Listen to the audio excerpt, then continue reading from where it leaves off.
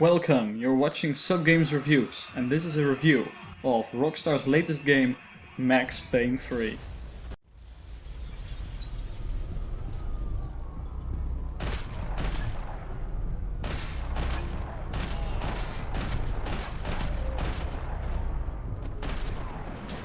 Max Payne 3 is a very odd game to come from Rockstargames. Almost all of their games feature open environments that you are free to explore. Max Payne 3 though does things differently. In fact, this game seems to do quite the opposite of games like GTA and Red Dead Redemption. Instead of giving you the choice to where to go and what to do, Max Payne 3 gives you a surprising lack of control, at least in the single player campaign. The story is very linear and there are no other things to do than follow the predetermined path. Besides, the action is very often interrupted by cutscenes. It could cause some frustration by some players.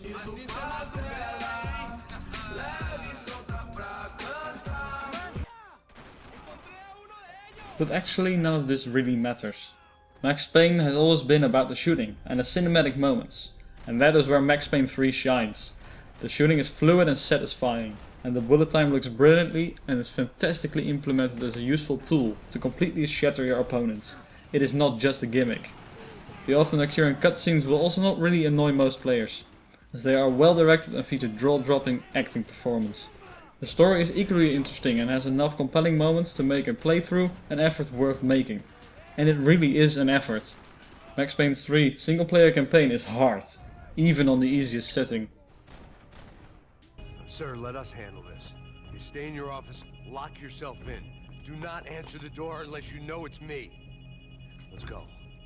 I should be able to override the system if I could just get to the server room. What's going on? Nothing to worry about, everything's fine. The graphics in Max Payne 3 are beautiful, and the story takes you to a wide variety of locations.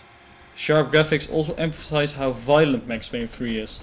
Besides the storytelling, it's all about the shooting. There are collectibles, and you'll have a hard time finding them all, but they don't distract enough to deny that Max Payne 3 is a pure violent shooter.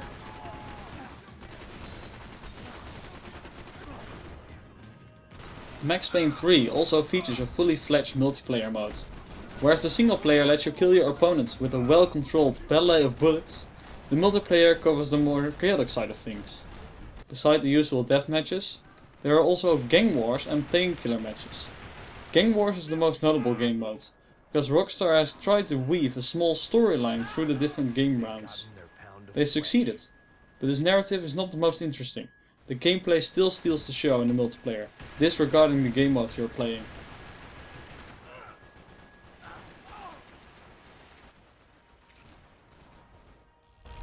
This would be just between them.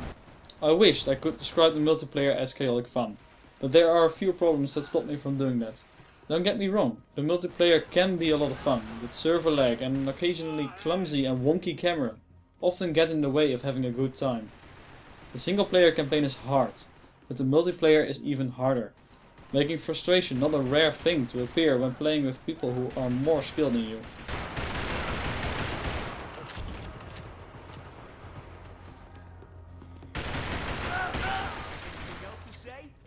Of course, some of these issues are easily solved with a bit of practice, but these are certainly issues we'll have to deal with in the beginning.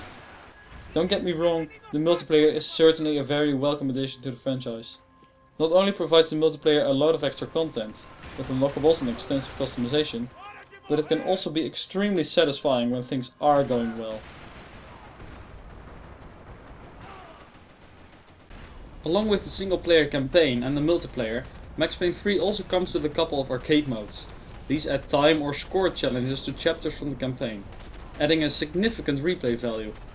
Not only do the arcade modes keep you coming back, also the many achievements, collectibles and the different difficulty settings will definitely make you pop in the disc once more to play some Max Payne 3.